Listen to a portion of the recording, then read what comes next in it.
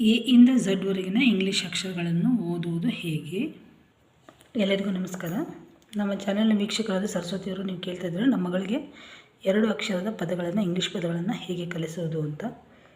ಅದಕ್ಕೋಸ್ಕರ ಇದನ್ನು ಮಾಡ್ತಾಯಿದ್ದೀನಿ. ಈ ಹಿಂದೆ ಕೂಡ ಮಹಾಂತೇಶನವರು ಕೂಡ ಹೇಳಿದರು 0 ಲೆವೆಲಿಂದ ಹೇಳ್ಕೊಡಿ ಅಂತ ಹೇಳಿ. ಆಗ ನಾನು ಈ ವಿಡಿಯೋನ ಮಾಡಿದ್ದೆ. ಆಗ ನಾನು ಮಕ್ಕಳಿಗೆ ಕನ್ನಡದಲ್ಲಿ ಬರೆದು ತೋರಿಸಿದ್ದೆ. ABCDEFGH ಅಂದರೆ ಅವ್ರಿಗೆ ಹೇಗೆ ಬರೆಯೋದು ಅಂತ ಗೊತ್ತಾಗಲಿ ಅಂತ ಕನ್ನಡದಲ್ಲಿ ಮಾಡಿ ತೋರಿಸಿದ್ದೆ. ಅದನ್ನು ನೋಡದೇ ಇರೋದಕ್ಕೋಸ್ಕರ ಮತ್ತೊಮ್ಮೆ ಹೇಳ್ಬಿಡೋಣ. ABCDEFGHIJKLMNOPQRSTUVWXYZ. ನಂತರ ಎದ ಬೇರೆ ಬೇರೆ ಉಚ್ಚಾರಗಳ ಬಗ್ಗೆ.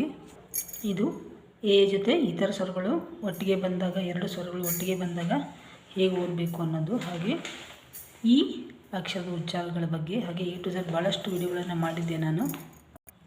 ಆಸಕ್ತಿ ಇರೋರು ಡಿಸ್ಕ್ರಿಪ್ಷನ್ನಲ್ಲಿ ನೋಡಿ, ಭಾಳಷ್ಟು ವಿಷಯಗಳ ಬಗ್ಗೆ ನಾನು ಮಾಡಿದ್ದೀನಿ.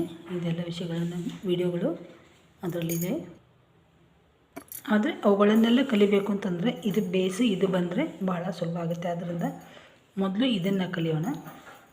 ಈಗ ABCD ಅಂತ ಗೊತ್ತಾಯ್ತು. ಈಗ AEIOU ಇದು ಇಂಗ್ಲೀಷ್ನ 5 ಸ್ವರಗಳು ಅಂತ. AEIOU ಇವಿಷ್ಟು, ಇದು 5 ಇಂಗ್ಲೀಷ್ನ ಸ್ವರಗಳು. ನಂತರ ಮಿಕ್ಕ ಉಳಿದ 21 ಅಕ್ಷರಗಳು ಕಾನ್ಸೋನೆಂಟ್ಸ್ ಅಂದರೆ ವ್ಯಂಜನಗಳು. ಈಗ ಅವುಗಳ ಉಚ್ಚಾರವನ್ನು ನೋಡೋಣ. ಈಗ ಇಂಗ್ಲೀಷ್ನಲ್ಲಿ ಎ ಅಂತ ಓದ್ತೀವಿ, ಆದರೆ ಅದರ ಧ್ವನಿ ಆ. ಈಗ ಆ್ಯಪಲ್ ಅಂತ ಹೇಳೋದನ್ನು ಕೇಳಿದಿರಲ್ಲ, ಹಾಗೆ ಅದು ಕನ್ನಡದ ಉಚ್ಚಾರಗಳು ಗೊತ್ತಾಗಲಿ ಅಂತ ಬರೆದಿದ್ದೀನಿ. ಈ ಥರ ಉಚ್ಚಾರ ಬರುತ್ತೆ ನೋಡಿ. ಇದರಲ್ಲಿ ಇದೆಯಲ್ಲ, ಇಲ್ಲಿ ಆ್ಯಂಗ್ರಿ, ಇಲ್ಲಿ ಕೂಡ ಆ್ಯದ ಪದಗಳು ಆ್ಯಬ್ಸೆಂಟ್, ಆ್ಯಕ್ಯುರೇಟ್, ಆ್ಯಕ್ಟಿವ್, ಈ ಥರ ಉಚ್ಚಾರ ಆ ಅಂತ ಬರಬೇಕು. ಎ ಆ. ಬಿಗೆ ಬ. ಈಗ ಕನ್ನಡದ ಸ್ವರಗಳನ್ನು ನಾವು ಬರೆಯುವಾಗ ಏನು ಮಾಡ್ತೀವಿ? ಕ ಖ ಗ ಗಂಗ ಅಂತ ಬರೆಯುವಾಗ ಇದು ಕ ಅಂದರೆ ಇದು ಫುಲ್ ಕ ಅಲ್ಲ, ಇದಕ್ಕೆ ಅರ್ಧ ಕ, ನಂತರ ಅದಕ್ಕೆ ಯಾವ ಅಕ್ಷರ ಬರುತ್ತೆ ಅದನ್ನು ನಾವು ಉಚ್ಚಾರ ಮಾಡ್ತೀವಿ. ಈಗ ಇದು ಕ ಆಯಿತು. ಹಾಗೆ ಗೆ ಈ ಸ್ವರವನ್ನು ಸೇರಿಸಿದ್ರೆ ಕಿ ಅಂತ ಓದ್ತೀವಿ. ಹಾಗೆ ಇಂಗ್ಲೀಷ್ನಲ್ಲಿ ಕೂಡ ಈಗ ಆ ಆಯಿತು, ಇದು ಬ ಇದು ಗೊತ್ತಾಗಲಿ ಅಂತ ಬರ್ತೀನಿ. ನಂತರ ಸಿಗೆ ಕ ಅಂದರೆ ಅರ್ಧ ಕ ಥರ ಉಚ್ಚಾರ ಕ. ಡ ಈಗೆ ಎ. ಆ ಬ ಸಿ ಕ ಡಿ ಡ ಇ ಎ. ಈಗ ಎಫ್ ಬರುವಾಗ ಫ್ಯಾನ್ ಹೇಳ್ತೀವಿ, ಅಲ್ಲಿಗೆ ಫ. ಮತ್ತು ಜಿ ಗ ಹೆಚ್ ಹ ಐ ಇ ಜೆ ಜ ಕೆ ಕ ಎಲ್ ಅಲ್ಲಿ ಅಂತ. ನೆಕ್ಸ್ಟ್ ಎಮ್ ಮ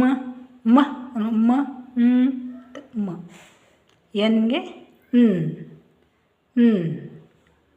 ಓ ಆ ಅಂತ ಹೇಳ್ಬಾರ್ದು, ಆರೆಂಜ್ ಆ. ಇದು ಪಿ ಪ ಕ್ಯೂ ಕ್ವ. ಯಾವಾಗಲೂ ಕ್ಯೂನ ಜೊತೆ ಇವು ಯಾವಾಗಲೂ ಬರುತ್ತೆ, ಕ್ವ. ನೆಕ್ಸ್ಟ್ ಆರ್ ಇದನ್ನು ಅರ್ಧ ಅಕ್ಷರ ಇದೆ, ಎಸ್ ಅದರ ಉಚ್ಚಾರ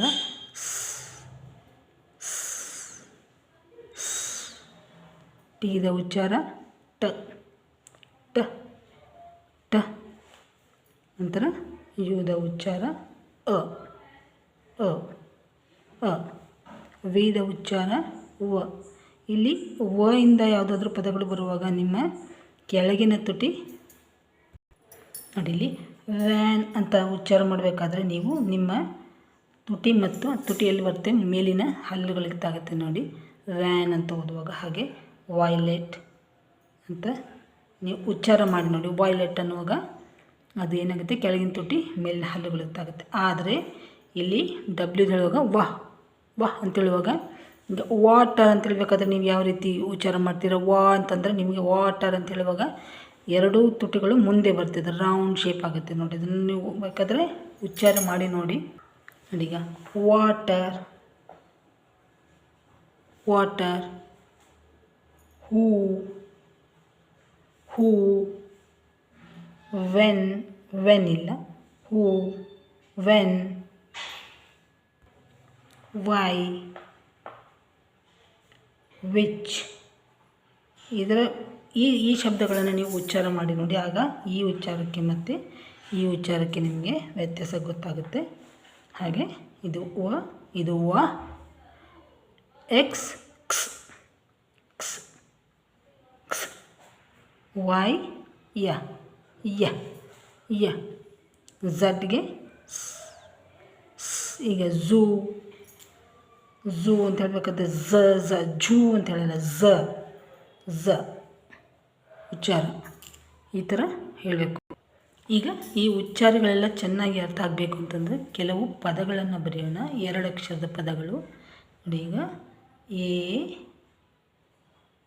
M, A N, A S, A T, I F, I N, I S.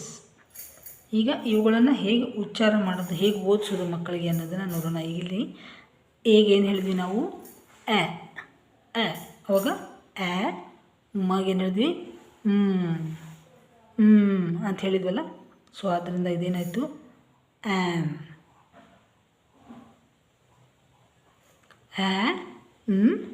Am. ಹಾಗೆ ಮತ್ತೆ ಇಲ್ಲಿ ಮತ್ತೆ ಇದೇ ಉಚ್ಚಾರ. ಮತ್ತು ಎನ್ಗೆ ಏನು ಹೇಳಿದ್ವಿ ನಾವು, ಹಾಗೆ ಆ್ಯನ್, ಇದು ಆ್ಯಮ್, ಇದು ಆ್ಯನ್. ನೆಕ್ಸ್ಟ್ ಎ ಎಸ್ಗೆ ಏನು ಹೇಳ್ತೀವಿ, ಮತ್ತೆ ಎಲ್ಲ ಎ ಎ ಎ ಎರಡಕ್ಕೂ ಎ ಎ. ಎಸ್ಗೆ ಏನು ಹೇಳಿದ್ವಿ, ಆ್ಯಸ್, ಆ್ಯಸ್. ಇದು ಆ್ಯನ್. ಇನ್ನು ಮಕ್ಕಳಿಗೆ ಇನ್ನೂ ಚೆನ್ನಾಗಿ ಹೇಳ್ಕೊಡು, ಆ್ಯನ್.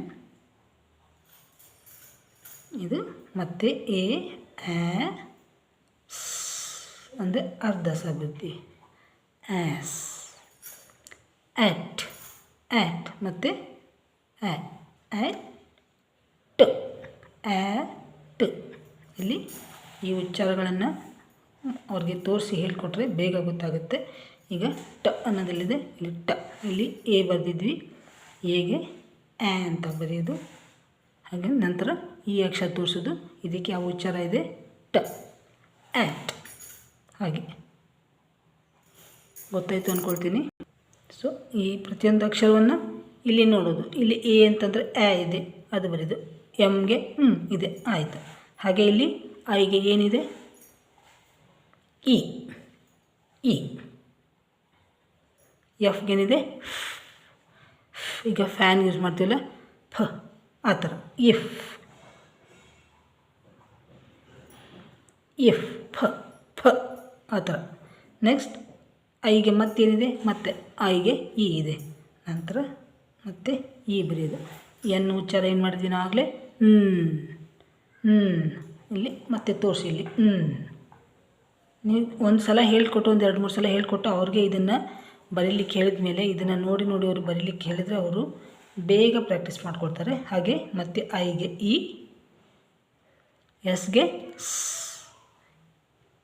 ಈಸ್. ಆದರೆ ಇಲ್ಲಿ ಐಗೆ ಈ ಉಚ್ಚಾರ ಬರುತ್ತೆ, ಈಗ ಓದುವಾಗ ಈಸ್. ನಿಮಗೆ ಈ ವಿಡಿಯೋ ಉಪಯೋಗ ಆಗ್ಬೋದು ಅಂತ ಅಂದ್ಕೊಂಡಿದ್ದೀನಿ. ಉಪಯೋಗ ಆದರೆ ಲೈಕ್ ಮಾಡಿ, ಶೇರ್ ಮಾಡಿ, ಹಾಗೆ ಸಬ್ಸ್ಕ್ರೈಬ್ ಮಾಡಿ, ಮತ್ತು ಬೆಲ್ ಐಕಾನ್ ಕ್ಲಿಕ್ ಮಾಡಿ.